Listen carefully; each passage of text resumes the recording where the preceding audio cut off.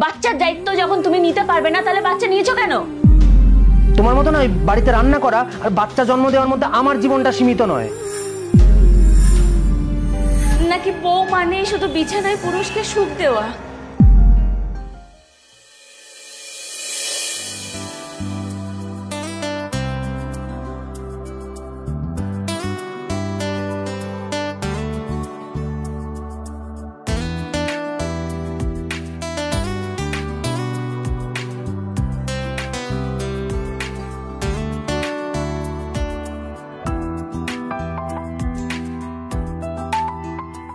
বলছি শোনো না, শরীরটা না একদম ভালো লাগছে না, কালকে ডক্টরকে বলতে হবে।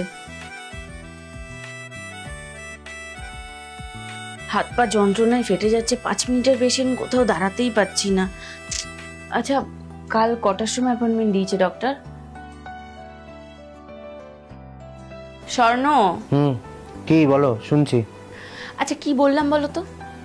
আরে কি বক বক করছো? দেখছো না কাজ করছি, তার মধ্যে বকর বকর বকর বকর করেই যাচ্ছ। কাল ডক্টর অ্যাপয়েন্টমেন্ট কটায়? অ্যাপয়েন্টমেন্ট স্বর্ণ, কাল আমার চেকআপের ডেট। আরে আমি না একেবারে অ্যাপয়েন্টমেন্টটা নিতে ভুলে গেছি।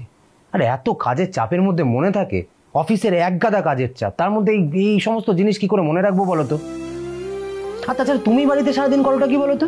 সারাদিন রান্না করার ঘুমানো ছাড়া তো কোনো কাজ নেই, তাও তো এখন রান্না বান্নাও ঠিক মতো করো না, সারাদিন ঘুমিয়েই থাকো। এই ছোট ছোট কাজগুলো তো তুমি করে নিতে পারো, তাহলে তো আমার মাথায় এত চাপ পড়ে না। একটা অ্যাপয়েন্টমেন্ট বুক করা কোনো ব্যাপার নয়, কিন্তু প্রথম থেকে এটা তুমিই করে আসছো, তাই আমি কখনো কিছু বলিনি। এখন তোমার প্রেগনেন্ট ওয়াইফের থেকেও তোমার কাছে চ্যাটটা বেশি ইম্পর্টেন্ট হয়ে যাবে, সেটা তো বুঝিনি। কি? আমি চ্যাট করছি? আমি চ্যাট করছি? কে বলেছে তোমাকে আমি চ্যাট করছি? তুমি দেখেছো নিজের চোখে আমি চ্যাট করছি?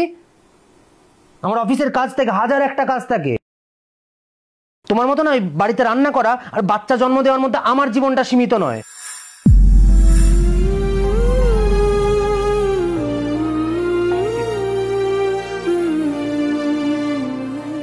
হ্যাঁ তাই তো, এই কথাটা তুমি আজকে বলতে পারলে তো? বাচ্চাটা শুধু আমার একার? বাচ্চার দায়িত্ব যখন তুমি নিতে পারবে না তাহলে বাচ্চা নিয়েছো কেন?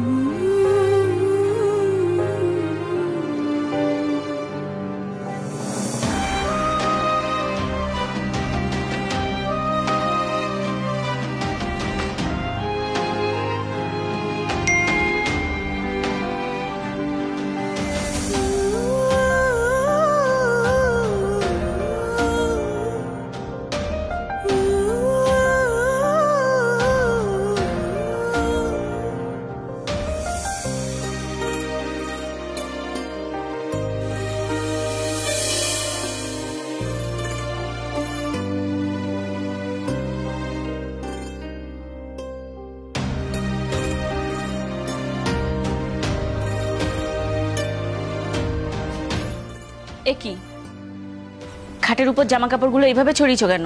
এ মাথা খেও না তো, যাও এখান থেকে। মানেটা কি? কি বলছো তুমি এগুলো? স্বর্ণ, তুমি জানো আমি অসুস্থ, এরপর তো জামা কাপড়গুলো সবকিছু এইভাবে আমার উপর ফেলে রেখেই তুমি অফিসে চলে যাবে, আর আমাকেই এগুলো পরিষ্কার করতে হবে। স্বর্ণ, যত দিন যাচ্ছে তত তুমি রেসপন্সিবল হয়ে যাচ্ছ। আরে কেন মাথা খাচ্ছ? যাও না, কেন কানের মাথা খাচ্ছ আমার বক বক করে করে? দেখছো একটা মানুষ রেডি হচ্ছে, এসে তুমি কানের মাথা খাচ্ছ, বক বক বক বক বক বক করেই যাচ্ছ। এমন একটা ভাব করো না যেন তুমি ছাড়া এই পৃথিবীতে আর কেউ বাচ্চার জন্মই দেয় না, তুমি একাই মানুষ যে পৃথিবীতে বাচ্চার জন্ম দিচ্ছ। বিরক্তিকর। যাও না ভাই, এখান থেকে যাও না প্লিজ। কেন ইরিটেট করছো? যাও। স্বর্ণ, তুমি অনেক বদলে গেছো, অনেক।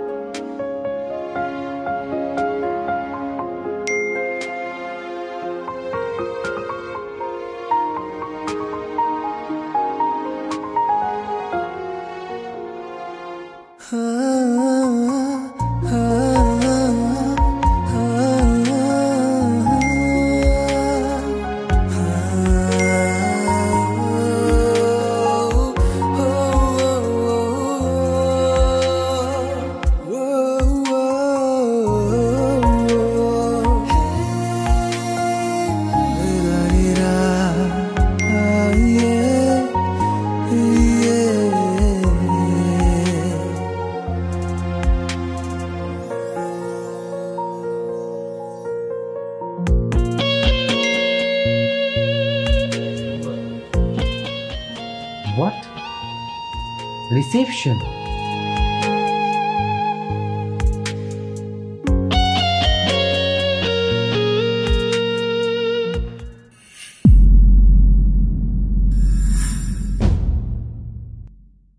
এ কি, তুমি এখানে কি করছো? সে কি, তুমি আমাকে দেখে খুশি হওনি? তুমি যে বললে কোন রোমান্টিক জায়গায় ডিনারে নিয়ে যাবে। What? মানে এতদিন ধরে তুমি আমাকে টেক্সট করছিলে, রাইট? হ্যাঁ। ওকে, বুঝে তুমি বাড়ি যাও, আমি বাড়ি ফিরে কথা বলছি। দাঁড়াও, কেন পালাচ্ছ স্বর্ণ? সত্যের মুখোমুখি হতে ভয় পাচ্ছ নাকি লজ্জা? পূজা, বাড়ি যাও। না, যাব না। ছি স্বর্ণ, আমার ভাবতেও লজ্জা লাগছে যে এই মানুষটাকে ভালোবেসে আমি বিয়ে করেছিলাম। যে মানুষটা তার নিজের বউ প্রেগনেন্ট বলে অন্য মেয়েকে মেসেজ করে হোটেলে নিয়ে যাওয়ার অফার করে।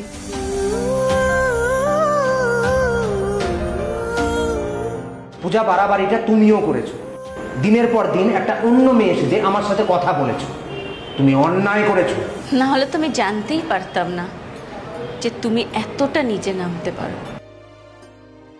একটা মেয়ে 10 মাস ধরে একটা সন্তানকে গর্ভে ধারণ করে হাসি মুখে অসহ্য যন্ত্রণা সহ্য করে সেই বাচ্চাটাকে জন্ম দেয় তোমাদের মতন মানুষের জন্য। ছি, আমার ভাবতেও ঘেন্না লাগছে। আমি যেদিন থেকে প্রেগনেন্ট হয়েছি সেদিন থেকেই আমার উপর থেকে সমস্ত ভালোবাসা, সমস্ত আগ্রহ তোমার চলে গেছে। শরীরটাই কি সব স্বর্ণ? শারীরিক চাহিদাটাই সব?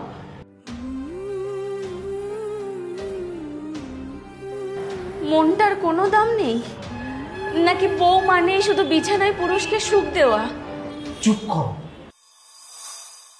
প্লিজ, চুপ করো প্লিজ, আমি তোমার কাছে হাত জোর করছি, চুপ করো। আর কত গিল্টি ফিল করাবে আমার? আমি আমি আমি তোমার কথা শুনতে পারছি না, আমি রিয়েলি সরি। এখন আমার নিজের প্রতি নিজেরই ঘেন্না হচ্ছে। আমাকে তুমি ক্ষমা করে দাও। তুমি বিশ্বাস করো, আমি আমি আমি আমি আমি কারোর সাথে কিচ্ছু করিনি। আমি শুধু তোমার সাথেই কথা বলতাম। প্লিজ আমাকে ক্ষমা করে দাও, প্লিজ আমাকে একটা সুযোগ দাও, প্লিজ, আই এম সরি। ভাগ্যিস ওটা আমি ছিলাম, না হলে এতদিন তাকে নিয়ে তো হোটেলে ফুর্তি করাও হয়ে যেত তোমার। পূজা,